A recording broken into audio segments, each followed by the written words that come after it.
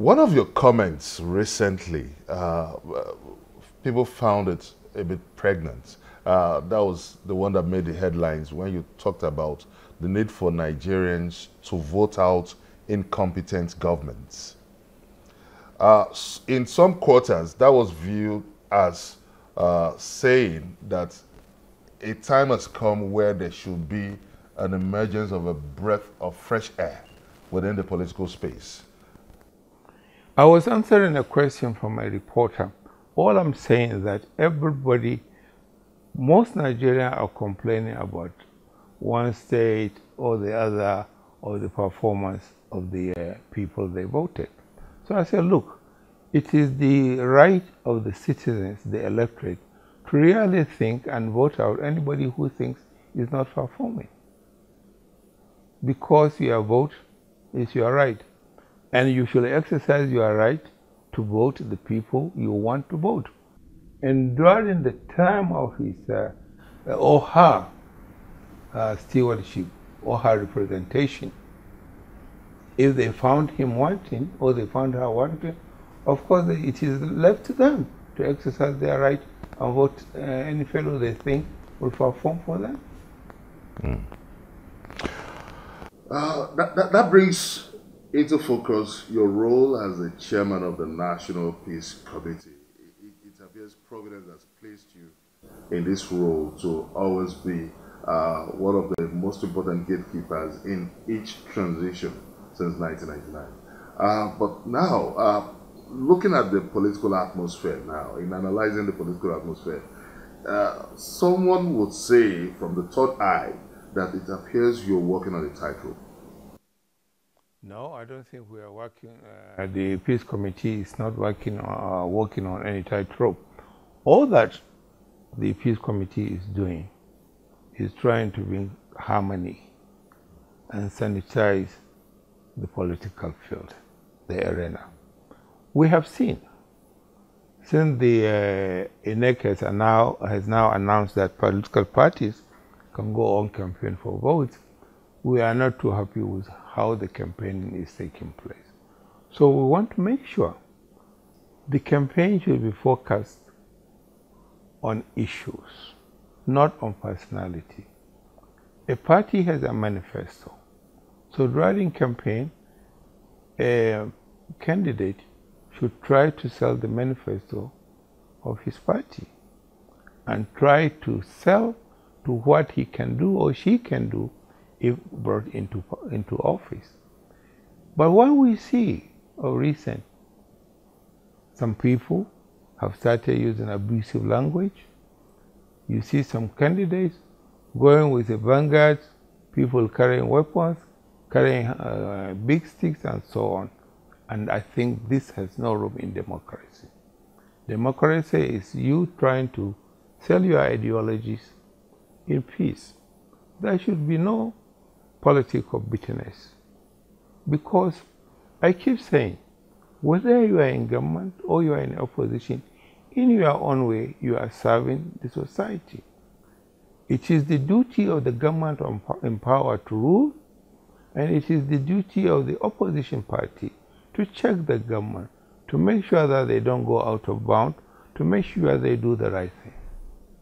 So this is, in essence, what we are hoping to sanitize the system so that all political parties and all the candidates are on the same page to ensure that there is peaceful, free and fair election. How do we deal with the culture of violence in the transition process? Because this, a lot of people will say, is deeply rooted in our political culture, where a lot of stake is invested and the key actors see it as a do or die. So how do we change the orientation? How do we create that shift from that culture of violence to having a peaceful poll? By ensuring that our politics is not the winner takes all. It must be a politics of give and take.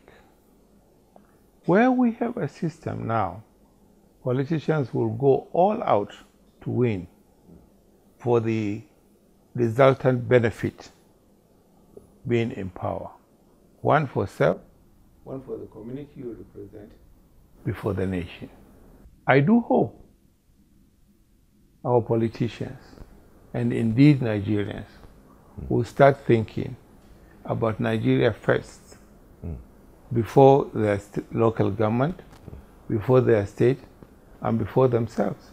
We must think Nigeria and act Nigerians and do what we think is best for our country. By the way, two of the leading presidential candidates are your very close associates. Does that put you in a tight corner? Not at all. In fact, it makes it easier for me.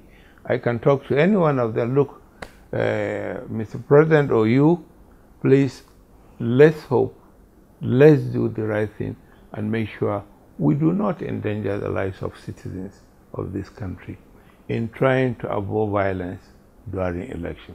And let us campaign on issues, not on personal. I believe these gentlemen who are the front runners, I'm sure are decent people who will avoid violence, who will not allow their followers to take to violence. All eyes is on the umpire now, the Independent National Electoral Commission. Do you think INEC has the capacity, the political will, and a sufficient mandate to deliver a credible poll come 2019? Well, we can see the by-elections, the elections they conducted since 2015. Yes, there are some constraints, but by and large, INEC is learning and is improving in its performance. Last week I had an interaction with the INEC chairman, and he has assured me all the funding they have, they need, have been approved, and they have the funds, and has briefed me on measures he is taking to ensure that, one, the INEC personnel and all the people working for INEC do the right thing. Of course, in any society, you have a bad apple that spoils the cat. He is trying to really weed this thing. Also, again, it takes two to tango. The politicians and the citizens. They must make sure they do the right thing.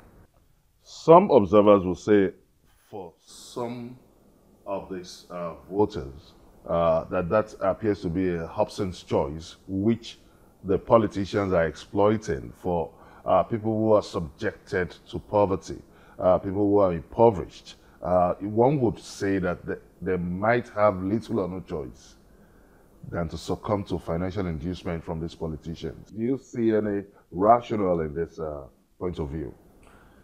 I don't entirely agree with you. Because of somebody is being poor, let's say, does he sell his dignity?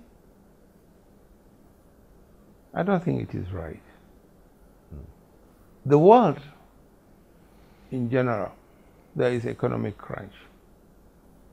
So we have to live with the situation and hope and pray that things improve. But to say that because people are suffering, so they go and sell their boat, how much are they being paid for the boat? And how much do they get, and where will that money take them to?